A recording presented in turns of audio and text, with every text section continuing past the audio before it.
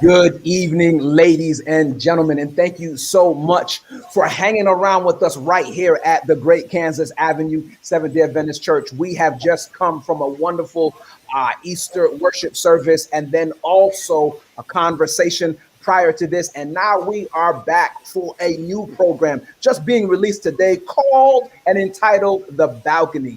Now, if you are, I would say, a generational Adventist, you understand that the balcony is the place where many of us young folks hung out with, desired to be, and many of our parents actually did not allow us to go up there because it was said that it would be too unruly up there and folks up there were making too much noise and doing too many things. Well, guess what, ladies and gentlemen? We are going to make noise right here in this balcony in the many discussions we hope to have. And the first one we're going to be dealing with on today is the generational Adventism and the millennial departure. For those of you joining in, and for some of you, you've probably seen some of these conversations happening either on the Clubhouse or on Facebook, and you will see some of the faces that you see here. I am your main host on today, Pastor McBride. I'm also going to be joining by my co-host on this evening. Her name is Sister Clarice Tolson. She is a talent acquisition manager over at AIDS Health Care Foundation. She is a wonderful, engaging individual, great at speaking as well. She's going to be co-hosting this with me. I want to also introduce the rest of the people here. We've got with us Dr. Sidney Freeman Jr. He is the executive director and founder of the religious nonprofit organization, the Liberation Movement. He's an alumni of the Pine Forge Academy and Oakwood University. And he has a wonderful stat here. He's the first African-American of American descendants of slaves to be promoted to the rank of full professor at the University of Idaho, the state's flagship for research and for research. So we thank him for joining us. We've also got with us Mr. Sean Small. He is the wellness director for the city of Houston, a graduate of Oakwood University, minister of music at Fondren SDA Church. He is married to Dr. Kerry Smaller and the father of their 3 children. So we thank him for joining on with us. We've got Saba Wangpa. She is a founder of Taguza Solutions of Digital Marketing and a strategy firm, a graduate of Andrews University and co-founder of the infamous Wakanda SDA Fellowship on Facebook. She's the wife of 1 husband, mother of 3 girls, and daughter of Elder Leonard and Sister Olga Gashugi right here at our church. And then coming up with her, we've got our young adult youth leader at our church. She is none other than Christian D. Hardy. That's right. She's, again, an alumnus of Oakwood University, a 5th generation Adventist. She is the great niece of Colonel Joseph T. Powell and great-great-granddaughter of Harry Eugene Ford, in which Ford Science Hall is named at the campus of Oakwood University. And ladies and gentlemen, you will be seeing her on probably in many of the discussions that we're having because she is our young adult leader here at our church. And we're doing our best to continue to let our young adults know and our youth know that they are valued here. Also, we've got Dr. Jason O'Rourke. He is the director of mission, integration, and spiritual care at the Littleton Adventist Hospital.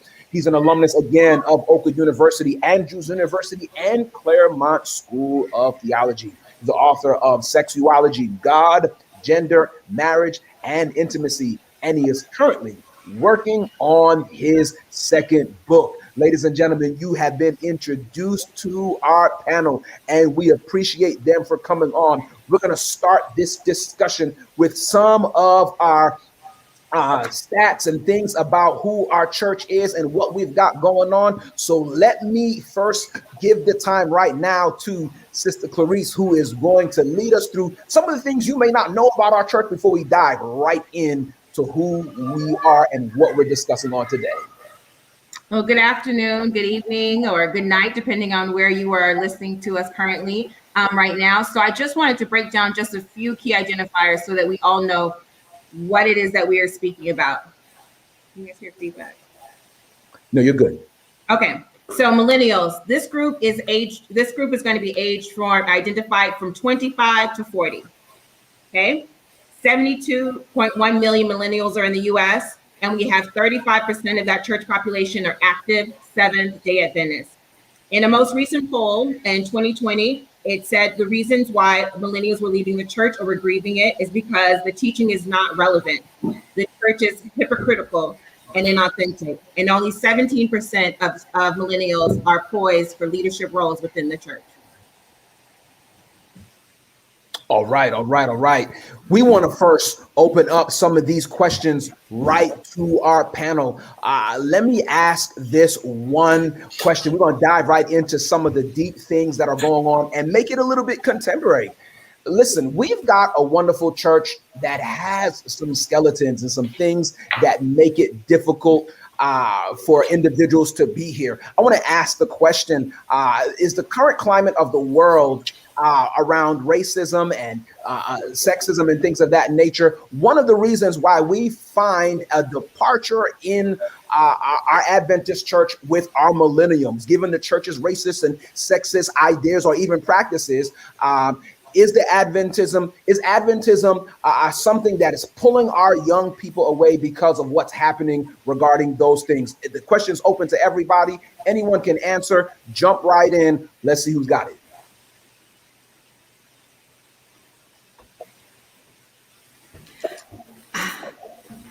I'll go ahead and say I think the answer is absolutely.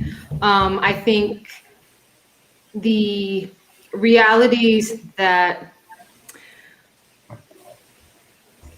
being idealistic about how Christianity would show up and be in terms of its character and its values and it being a place for all people, especially if we want everyone to hear about that God is coming again. This tension or this really kind of disregard of a whole gender, which, it's not that we talked about, but is 60% of our membership, right?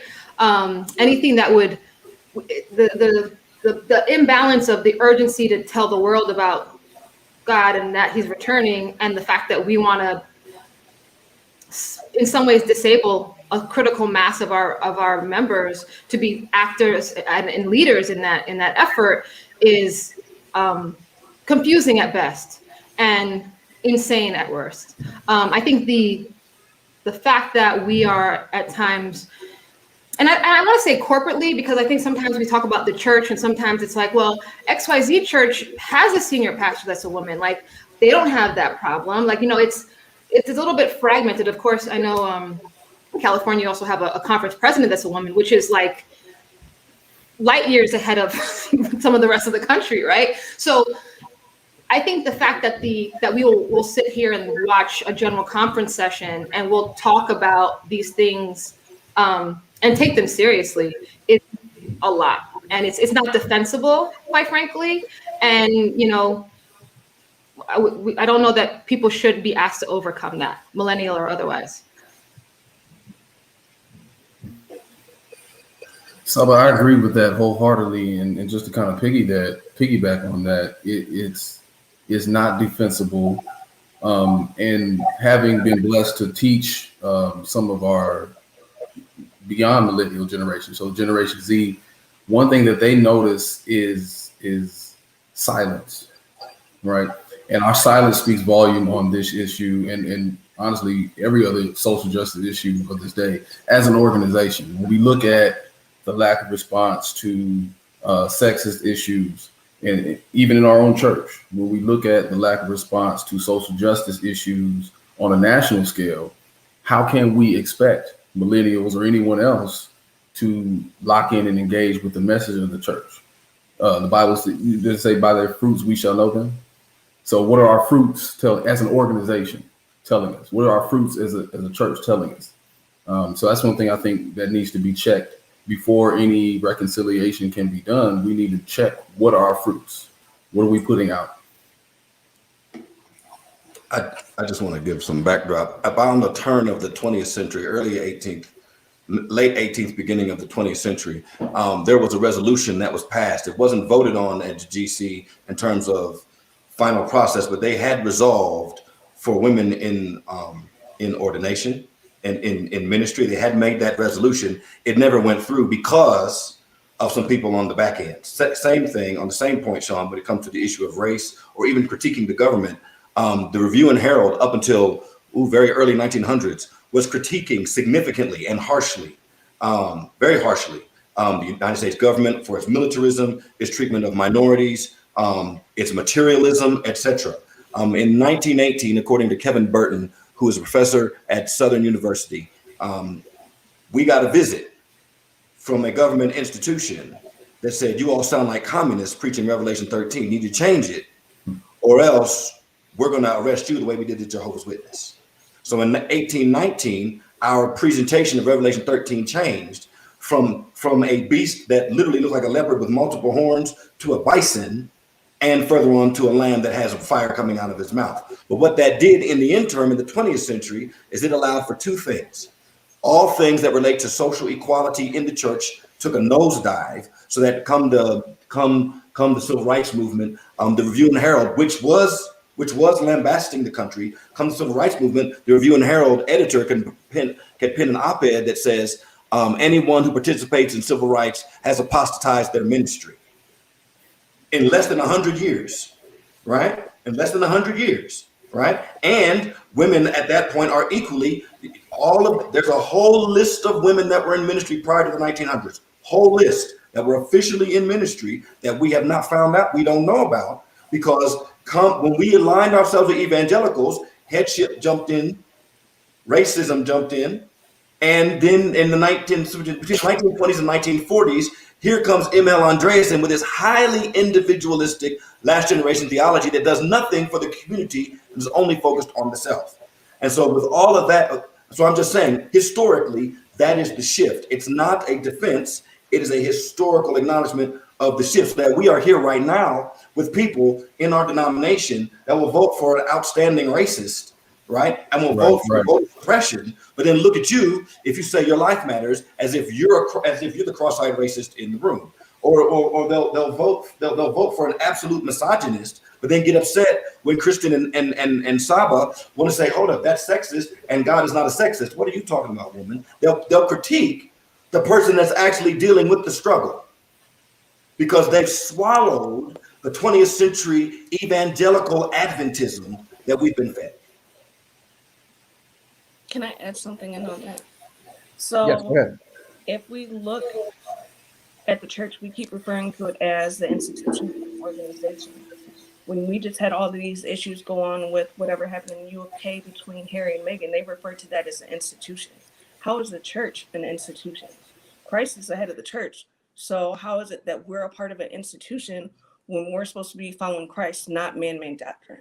So we have these beliefs that identify our religion, which are fine, but John 3:16 said that whosoever believeth in him, not, okay, well, only Caucasians or only people who go this way will be saved, whosoever believeth in him. Yet we follow up with A, B, and C. This needs to be done if you want to worship with us.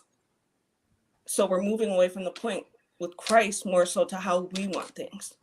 So we tend to throw the book at people, but apparently we didn't read the book.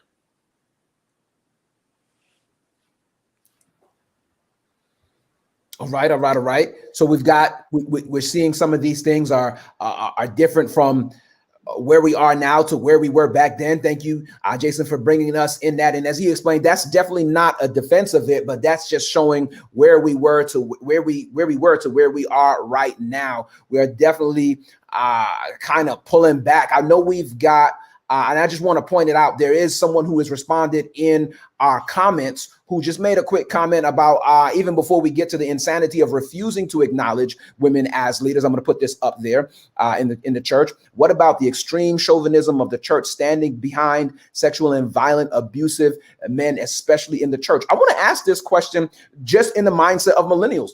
Is that something that is saying to millennials, hey, this is not a church that you can consider home? Right, Ed, I'm going to answer that question. When I was looking at a lot of the data, and they were referring to the church as an exclusive club for people that that weren't necessarily, it wasn't inviting, it wasn't a family, where something that previous generations could consider it a place.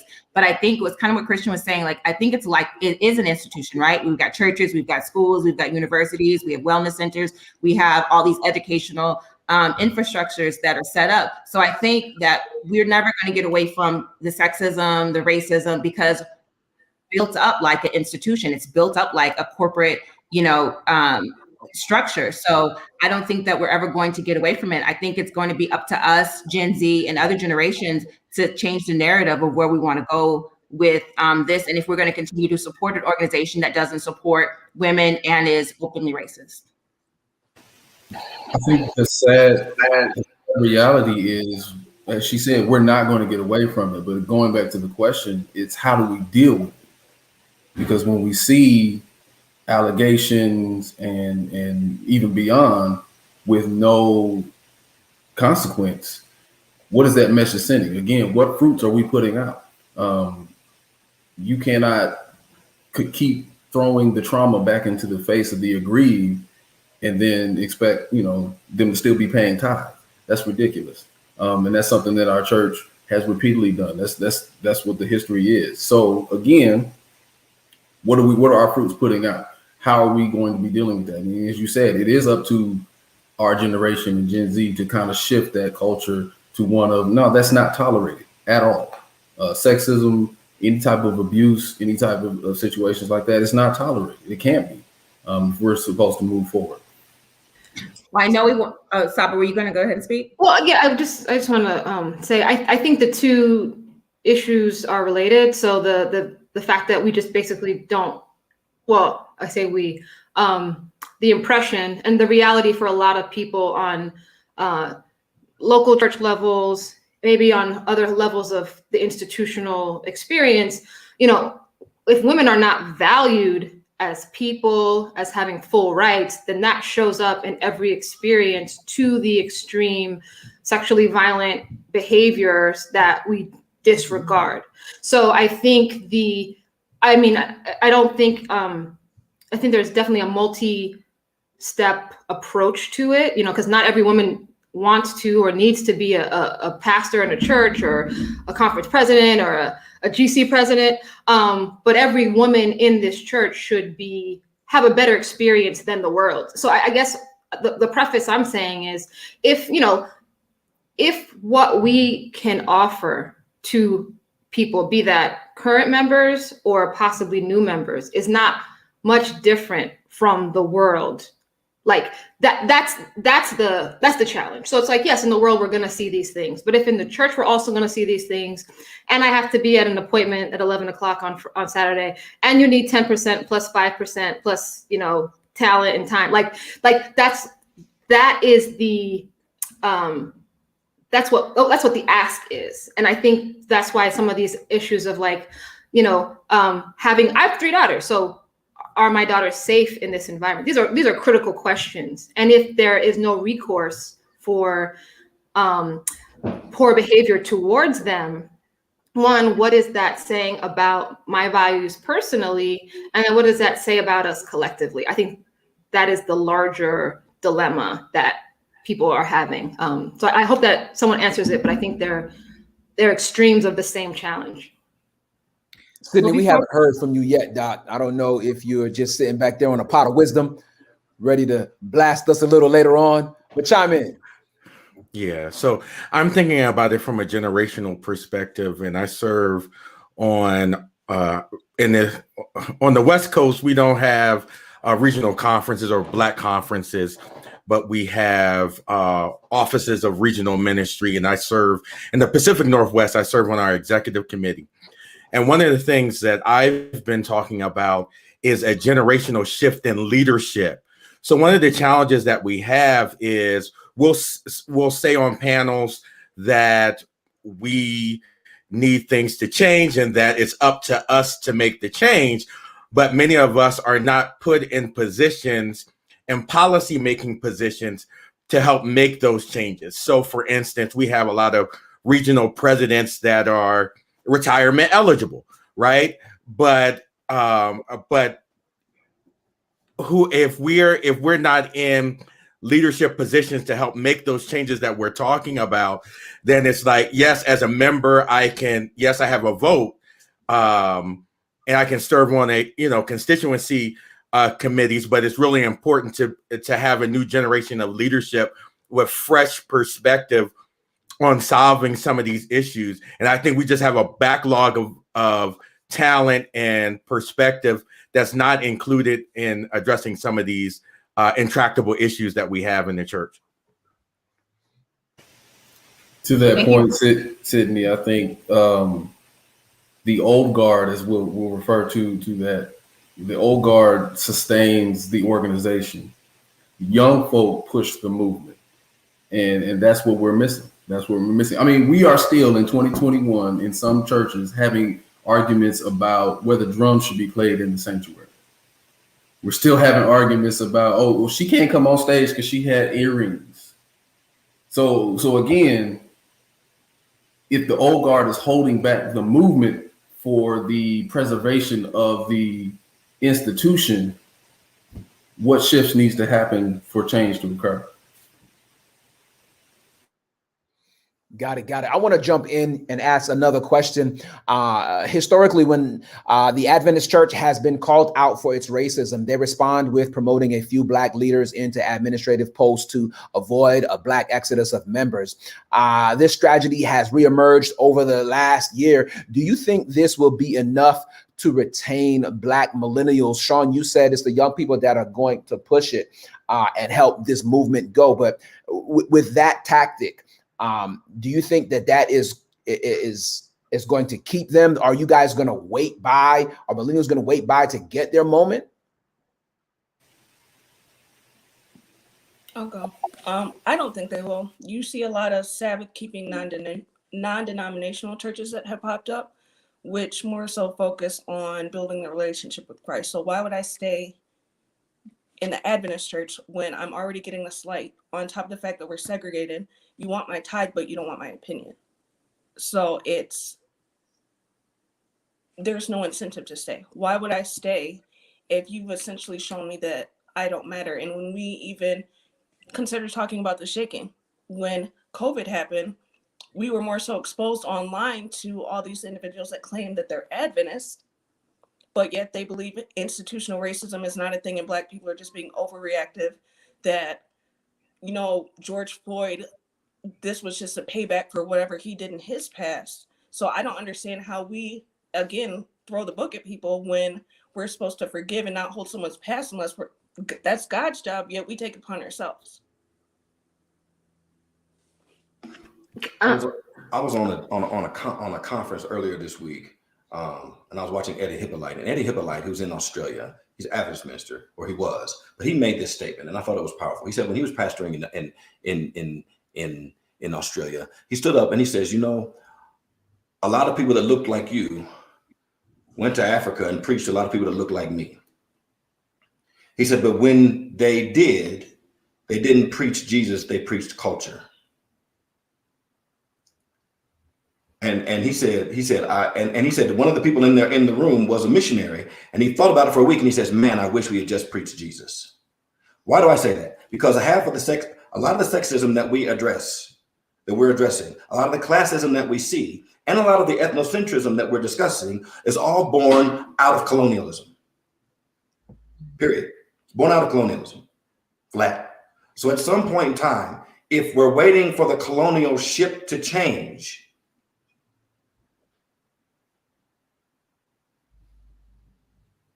sooner or later, the people that actually have the message, and I'm not saying anybody needs to exit this, I'm not saying anybody needs to stay. I'm saying that if you have the message and you understand it, then be about it, because it takes a lot longer to turn an aircraft carrier than it does an individual battleship. If you're going to try and stay on the aircraft carrier and wait until it turns, you're going to be on that thing for a couple miles. And in terms of time, that's a couple decades. It took this nation with its male patriarchal, white supremacist, whatever. It took humanistic Christians, not conservatives, humanistic Christians, secular humanism, to say slaves should be free. The same secular humanist Christians to turn around in 1920 and say women should have the right to vote. Okay? If you're waiting for the conservative ship to turn and live up to, listen, Southern did not integrate until it was threatened by the IRS.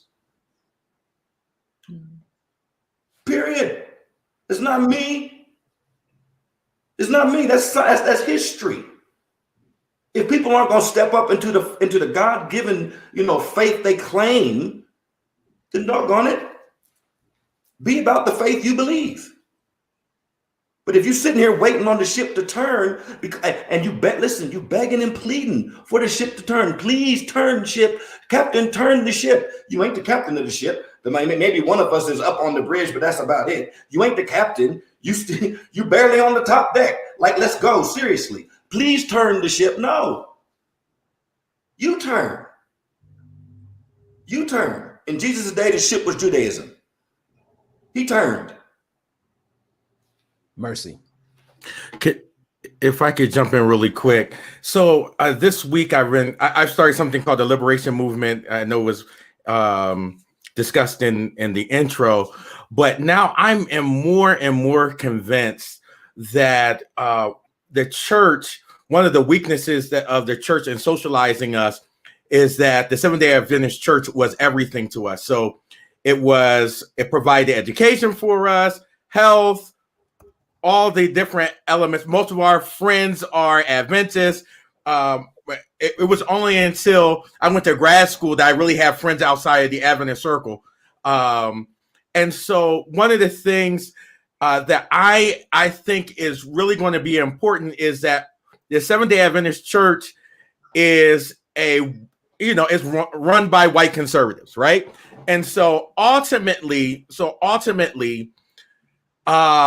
it's not in their interest to turn the ship. So you're going to have to have ministries that are not a part of, at least this is my opinion, that are not necessarily a part of the Adventist church, but are doing things related to social justice that are more flexible. So the church can partner with those organizations, but I don't think, and maybe on the local level, but there's some things based on the way in which the church is designed and set up, its voting structure for leadership, so on and so forth, that precludes us from being flexible to address some of these issues. So I think that there's kind of been this thing where we're socialized that the church is the end all be all, and that if anything is to change, it has to be through the church. And I'm seeing the longer and longer I'm getting older, I'm seeing that the church may not be the end all be all, and that we may need to be creating our own ministries external to the church that does some of the work that the church is not able to do. And before anybody says that's not possible, I would highlight Mark Finley, Doug Batchelor. I would highlight David Gates, Walter Veith, and all these other little conservative, present truthy people that got their thing going on their own that get support from Adventists. They preaching the three angels message or whatever they're doing. What's to stop us? 1,000%. 1,000%. The thing I want to share, and maybe it's a generational value to like non-millennials, to older audiences, is I think being of the social media age in terms of our years, the last 15 years of our lives, kind of from college now. And I'm overgeneralizing, so please in the comments correct me. My sense is for our parents, most of their Adventist community experience was local. It was in their church and maybe their conference. Maybe they were at constituency meeting. Maybe they were like super active, but it was a very local, a local rumor mill, a local social interaction, a local problem, right? But for those of us who've been on social media for the last 15 years, our Adventist experience is global. And so the voices that we talk about often as Adventism are not necessarily the people that are in our local church. They're not necessarily the people that we interact with personally, but who take this name of Adventism, this brand, and they attach it to all manner of insanity. So we're constantly bombarded with the people who are justifying George Zimmerman in the name of Jesus and, you know, true Adventists. Like that's our life. So we see, and I think for, again, those who may be active on social media of different ages, they may see that, maybe they don't, but like in these critical formative years for us, we have seen what the church talks about, what seems to be, you know, popular, and it's overwhelming at times. And I think as a, you know, personally, I've had to be mindful of the fact that like, and you know, some of the stuff that's happening that's extreme is not my personal experience, but now I feel attached to. I feel like I have to do something about, in a way that like if something was, I'm from Lake Region, if something was happening in some other conference, I would have never known, and it would not have been my personal burden. So the tentacles and the all of Adventism, and I use that because again, that's ranging from something the GC did or didn't do to the conversations that are happening in our you know, from the people we graduate from high school with at academies to, you know, Andrews, et cetera.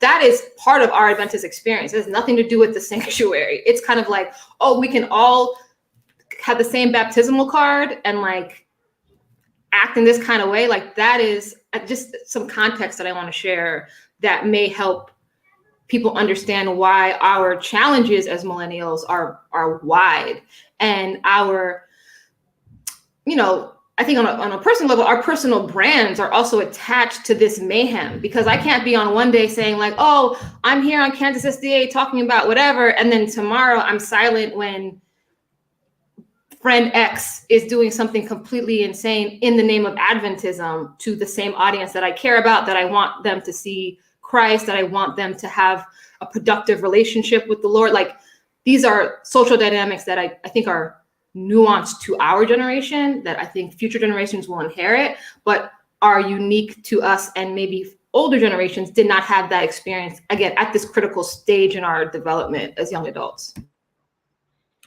Guys, I want to switch from the what to the why. I know Pastor McBride started us hot and heavy with sexism and racism, but I want us to better educate those who are listening to this program, whether they're listening now or in the future, about the why.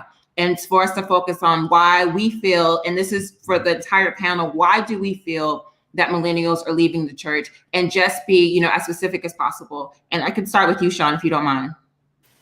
Sure. Personally, and this is, you know, not research based, but personally, just in what I see from people my age and in my circle, people are leaving the church because we lost the focus on relationship. We don't preach relationship. And I think this pandemic has exposed that. We preach building, come to this building, come to this organization, but we don't preach, as Jason referred to earlier, we don't preach Jesus. We don't preach a relationship with him in a deeper way. Our spirituality is tied to an edifice. And when the edifice is taken away in any way, the relationship can suffer, and you can see people going any which direction. I use myself as an example, blessed to be a part of Oakwood College and all that kind of thing. And really took that, loved it, and the worship and the services and the music and everything, the preaching, the word, took it for granted. Left Oakwood, things aren't as good.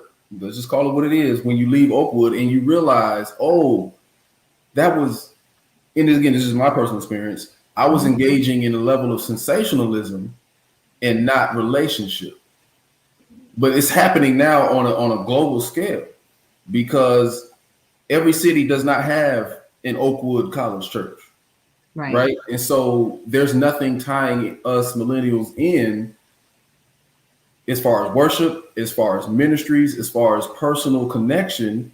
and as far as relationship with Christ. So what happens is, maybe this week I'll stay home. Maybe this week I'll watch the game. Maybe this week I'll do whatever. And it's just easier. It's less oppressive to just do what I want to do than to follow these guidelines that may or may not even be biblically based. It's more culturally based in some ways.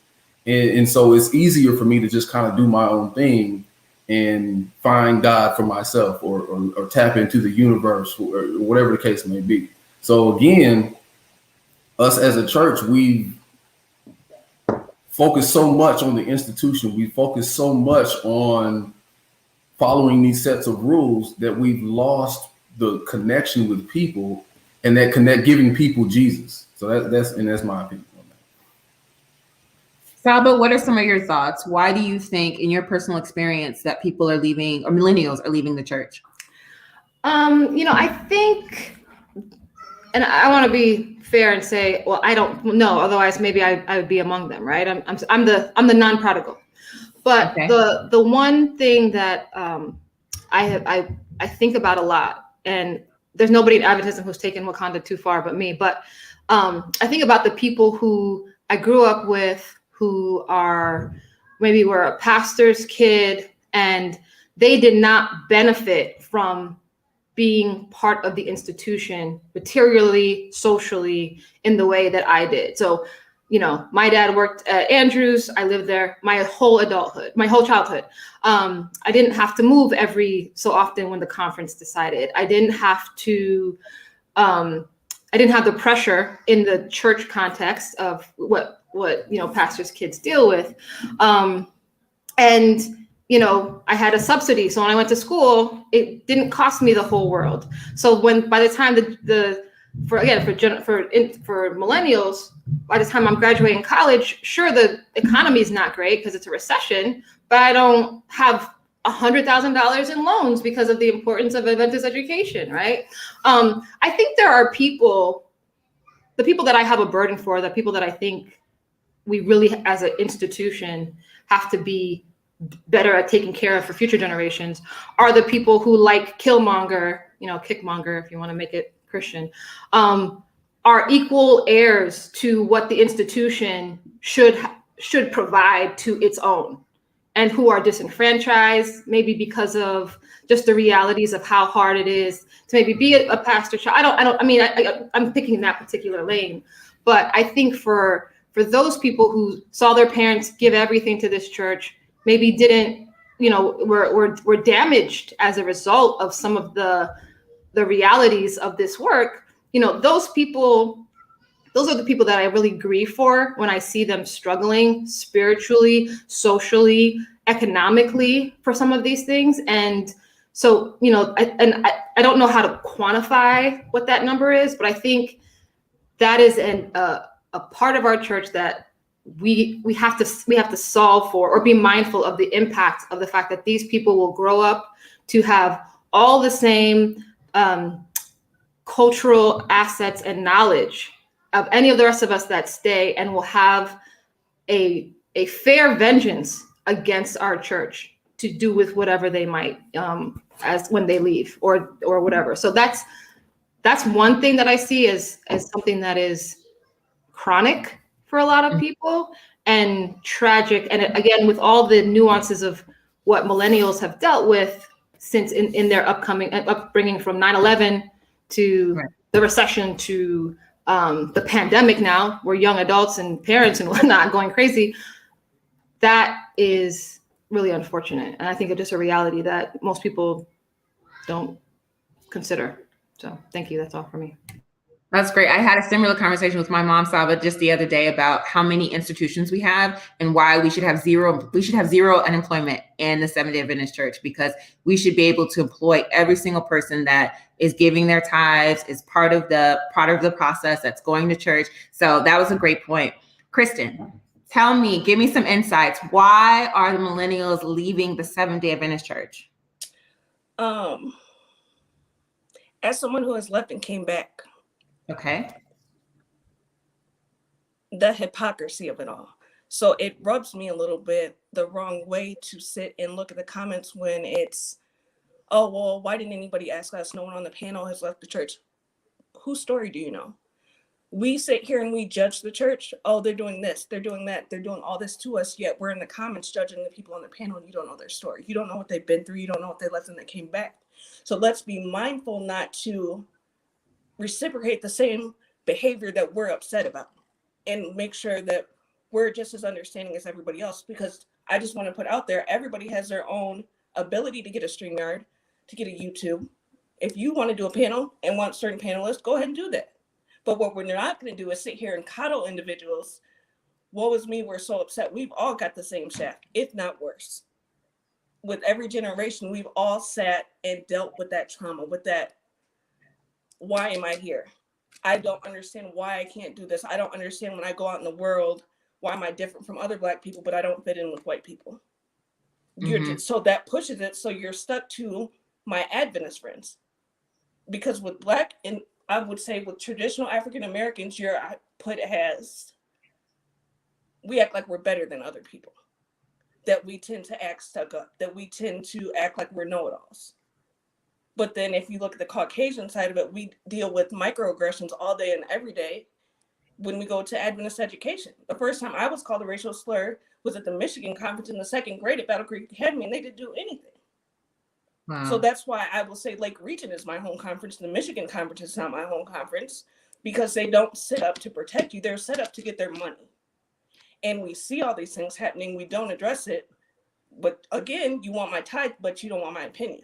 So essentially, we're paying for a membership. I'm paying my tithe for membership to this club that Ted Wilson is the president of. We're not following Christ. We're following Ted Wilson because he's our president. So it just make it make sense. That's all I'm saying. People are leaving because it doesn't make sense. Yeah. And I don't think you have to physically also leave, right? Just because your name's on the roster doesn't mean that you are physically engaged and active and impactful. That just means that you are still, you just have your name is still on the roster somewhere. People emotionally leave, they spiritually leave, they financially leave. So just because someone doesn't physically say, I no longer want to be a part of this church and take my name off your roster, doesn't mean that they haven't physically left. Dr. Sydney Freeman, what's your take on why are millennials leaving the church? I just have something maybe to add on to what Ms. Hardy said. Okay. When I think about the millennial generation, there's a different level of commitment to the church, and it's not the same as our parents were. And so we will leave. If it's not serving, if it's not helping us to move forward, we will leave. And that's not just Black Adventism. So I'm in Idaho, right? And so I had some conversations with some of my white Adventist friends, and they were saying that most of their friends who stay in the church have children, and they wanted their children connected either to the schools or for Sabbath school. But if they did not have children, the church was not welcoming for them. The other thing we have to think about is that we're not going to rip the church out of the hands of the generation ahead of us. So let me give you an example. There was a conversation, there was an interview with Andrew Young, who was a big time civil rights icon that worked with Dr. King. And they were talking about his experience. And he said, we had to rip the leadership mantle out of the generation ahead of them, out of their hands, right? And then I heard another similar conversation where, what is his name? Al Sharpton. Reverend Al said he had to essentially rip the mantle from Jesse Jackson.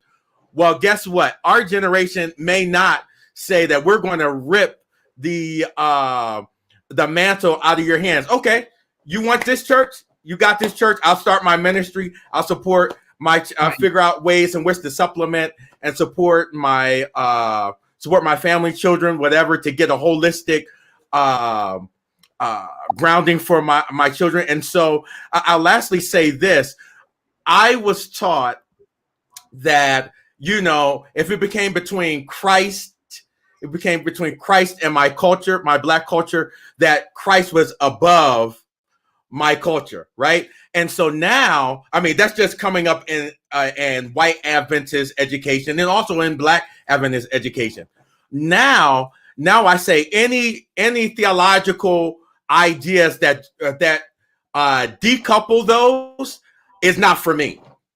Mm-hmm. So it has to be in it. So my culture, who I am as a Black man, is inextricably connected to who I am in Jesus Christ. So I see those as connected. And so for me, I can't speak for everyone, but for me, you will lose people if we don't take into account both Black culture and Christ, those things together. If you break those things up for our generation that's dealing with issues of institutionalized racism, these issues happening with Black Lives Matter, I think you're going to lose many of people in our generation, but we have a generation behind us that you may lose also.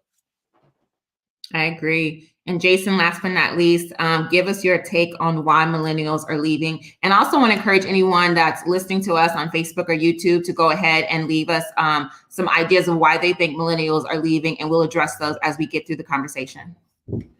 I'm going to say relevance, integrity, and community. Relevance, because a lot of, and these are interconnected. A lot of our answers for questions have not been thought thoroughly through. When people have genuine questions. Secondly, we want people to have their issues resolved by the time they get here, right? And if they don't, then they're out of the community. Integrity, the duplicity that we find in between someone's claim versus someone's behavior is significant, and people take issue with some of the doctrinal issues as well. And for me, this is just me. I attribute that to poor explanation, and therefore poor exegesis. That's just me. Yeah. But let me add this on the issue that Sydney's breathing, that he said about identity. The largest Adventist church to date is in China, and it's pastored by a woman, 20,000 members. This was some years ago. And the GC went over there and asked, when are you all coming back? Asked these women pastors. They got a gang of women pastors, a whole host of them. When are you going to come back into the fold? And they said, we are Adventists. We believe this. We believe this. We believe this. We believe this. We believe this. We just do it the Chinese way. We have the free self doctrine, for us, by us, about us. That's and that's how they work it. Right? That's how they work it. It's done. It's Adventist, Christian Adventism, Chinese. But because it's not done Westernly, they were considered outside or tertiary of the global church. When they believed the message. They believed the message. They got all the little red books, the whole nine. So I think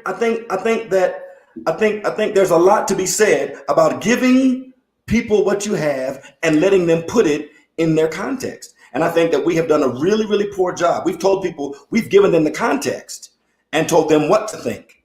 We have not given people the content and then informed them how to think. Perfect. I wanted to know if the panel wanted to address Kara's question. She disagreed.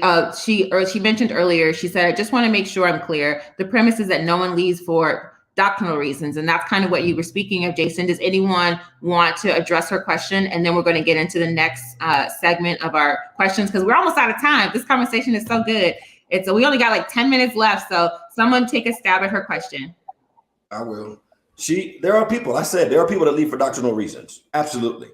They do. They disagree with the way that things have been formulated and ways that things have been explained. They disagree. Absolutely. And a key component of the disagreement, a good classic illustration of the disagreement, is 1844, and if Christ entered into the most holy place or the holy place. I'm not going to explain all that right now, but that is a very significant source point of disagreement, that even in our own writings across the church founders, et cetera, there is some disagreement. There is some wiggle room in that. All right. It can be confusing. So I'm not going to get into the explanation of it, but she is right. There are people that disagree with some of our doctrines, and they do leave. However, the statistics state that people normally leave, historically across the globe, people leave because of relational issues. All churches, by and large, statistics state people leave because of relationship issues, community, integrity, and relevance. So as Dr. Sidney talked about single ministries and Christian and everybody else was talking about ministries and other things, this is me. I have to be thinking about people like me. I have to be thinking about my community that is over-policed and underfunded. I've got to be, because I have to make what Adventism is relevant and relational and real to where I am. And if I don't, then that means I'm out somewhere else trying to fit into a place that don't really want me. That's right. Also, the first three that I mentioned when we started this conversation. We only have 9 minutes left, so I want to make sure that I add value to this, and hopefully we can continue this conversation, whether we continue it on here or on another platform. But I wanted to get the last take about some redeeming qualities that the church may or may not have based on your perspective. So I want to talk about what could the church do, whether it's realistic or not, your opinion and your perspective. What could the church do to engage and enhance the relationship with millennials so that they can, one, want to be a part of service, so they can want to continue to keep this, to keep Adventism as a central part of their lives. What are some of the things the church can do to continue to engage or try to engage millennials? What do you think? Before you guys answer real quick, what is the church doing now? There may be something that's happening now that you guys are enjoying, that maybe a listening audience, someone in the audience could say, hey, maybe they are in power at their church to be able to implement that too. So what's happening now and what also could they do?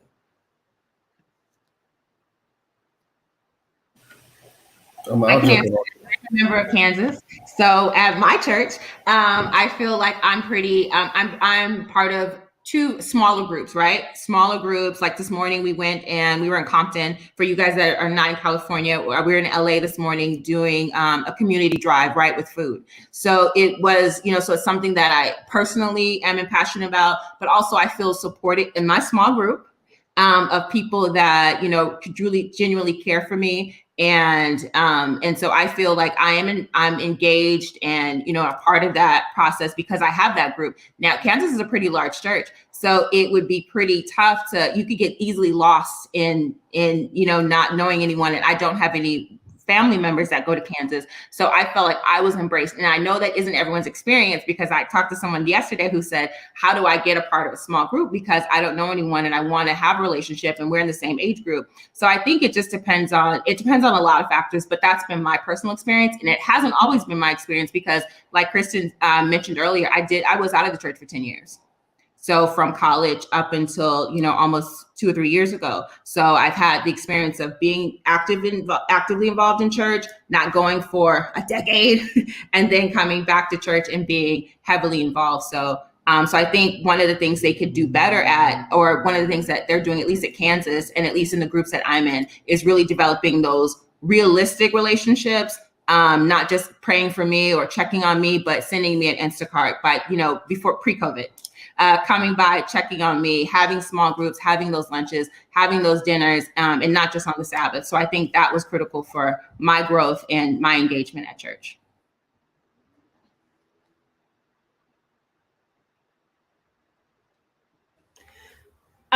Personally, I've been really fortunate. I have a really, really, really great local church experience. 99%, you're right, like every place. But I love my church. It's in New York City, Advent Hope. And I think because I realize how tough it can be to find a local church experience that's really dynamic enough for where you are in life. So there's people who are in church deserts who cannot replicate. Like, I don't have advice for just any millennial, like, oh, just go to a church. Like, there are churches that I would not go to if I was geographically somewhere else. And that's just being honest. I'd be like, I'm not taking my kids there. I'm not doing it. So I think that, and of course, Riverside is another example of a community that has a lot of churches around where possibly finding your space, if you are aligned on doctrine and other things, is not as hard as the reality for other people. I think what the church could do is be less, I think, and when I say the church, I think if you're a member or you're an Adventist somewhere, you know, be supportive of people who are on a journey to find truth in their life, who are sincere in their intent. And I think that's most people, to find themselves. I think some of this age, this 25 to 40 is a coming of age. It is a, like, wait a minute, to Kara's point, like, I don't agree with that. Like, you know, that wasn't, maybe I signed my my baptismal card when I was 12. I didn't read the fine print. Like I think those are realities that people are facing. And be at peace with the fact that people can be in loving relationships with God and have community that aren't branded Adventists. I think sometimes that becomes unnerving for people to think, oh, you're not attending a Seventh-day Adventist church. Like, do you still love Jesus? Are you okay?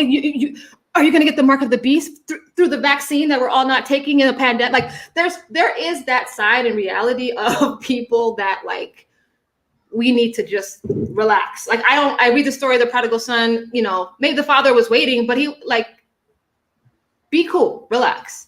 And when people, should they decide to return, embrace them and let it be, you know, like, don't make a, you know, huge to do about it.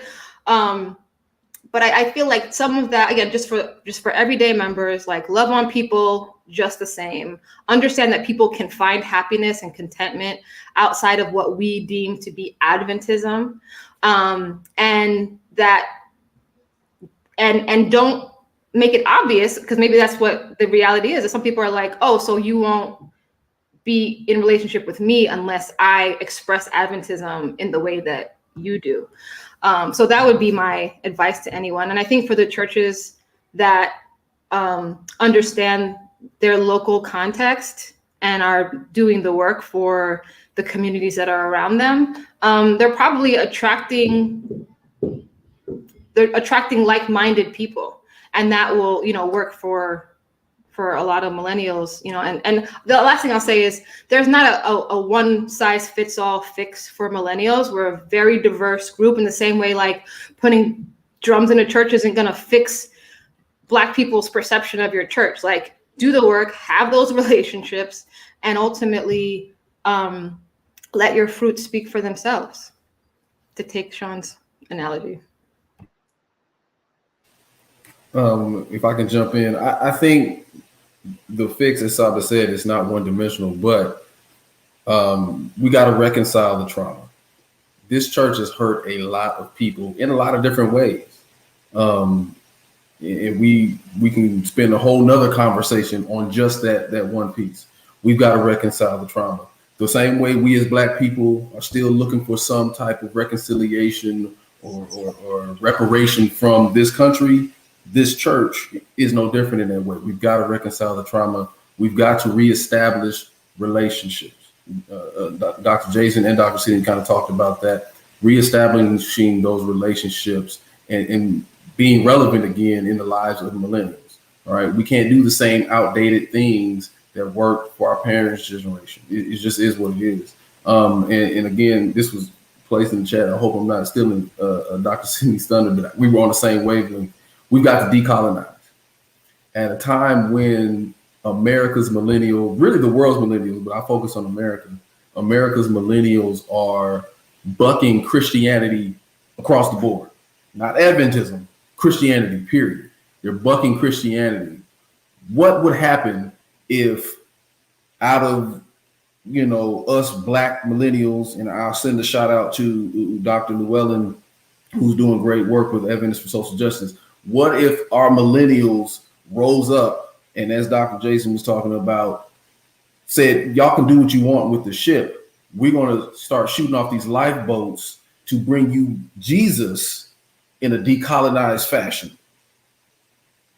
You know, and again, I'm not saying that's some simple quick fix and it's going to happen overnight. But again, in developing strategies to recapture that millennial population, again, they're bucking Jesus. They're bucking Christianity. They're saying, no, I'm good on all of that. They're looking inward, and you hear all those types of terms. But again, if we show them Jesus without colonialization, right? So not the blonde hair, blue-eyed, xenophobic Jesus that was presented by Christian conservatives in our own denomination, but the Jesus that I speak for me, I know and believe in, that doesn't deal with all of that. That's not sexist. That's not racist. That is welcoming. That doesn't hate gays. Hello. You know, what happens then? What happens then? So I think that's a start. Sean's trying to get a part two.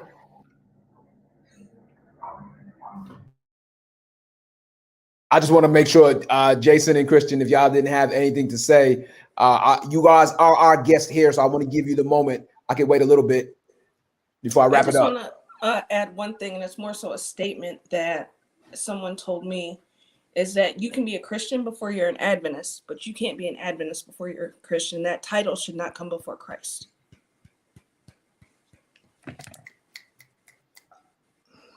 Go ahead, Jay.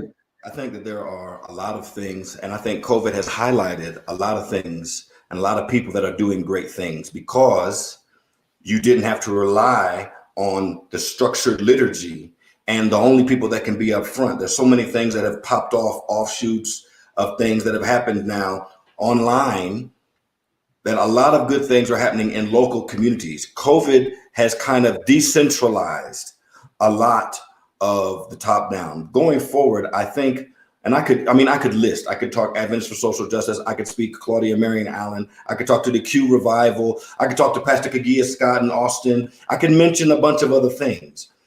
But I think going forward, because I think that should stay. I genuinely believe that we present what we have in humility. And if we don't have all the answers, admit it. There is no shame or damnation if you say, I don't know.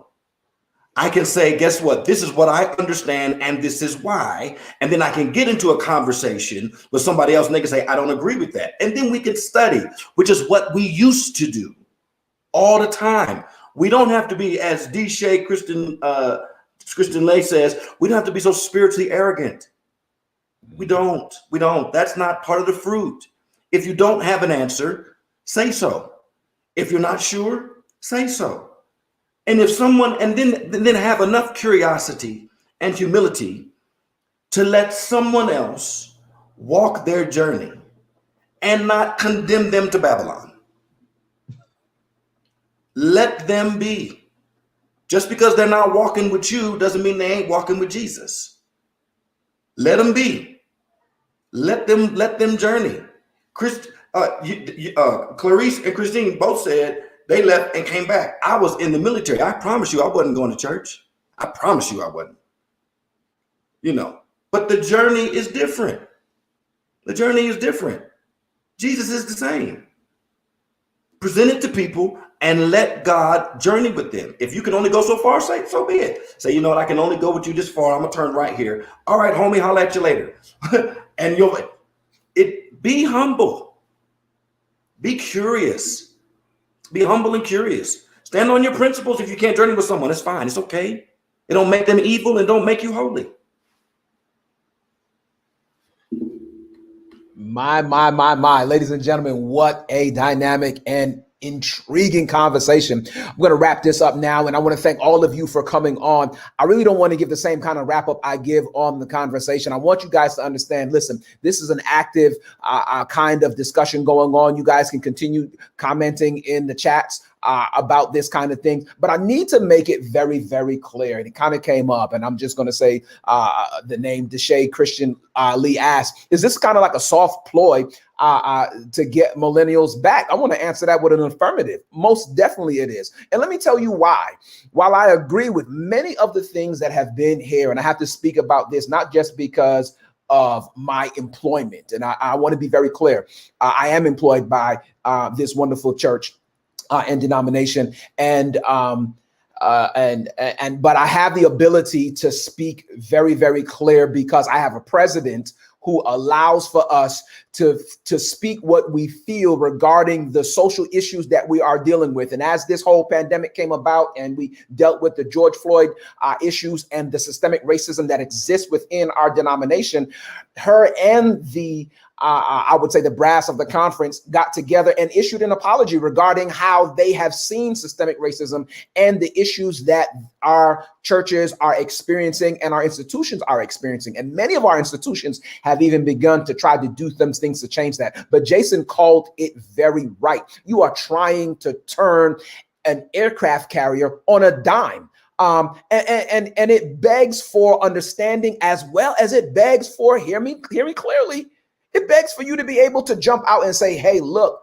we don't have a doctrinal issue with this thing, but we definitely have some social issues with this. We've got to make some turns that will help people stay on and help others. One of the interesting things about this is everyone on here is someone who has said, I've been gone and I've come back.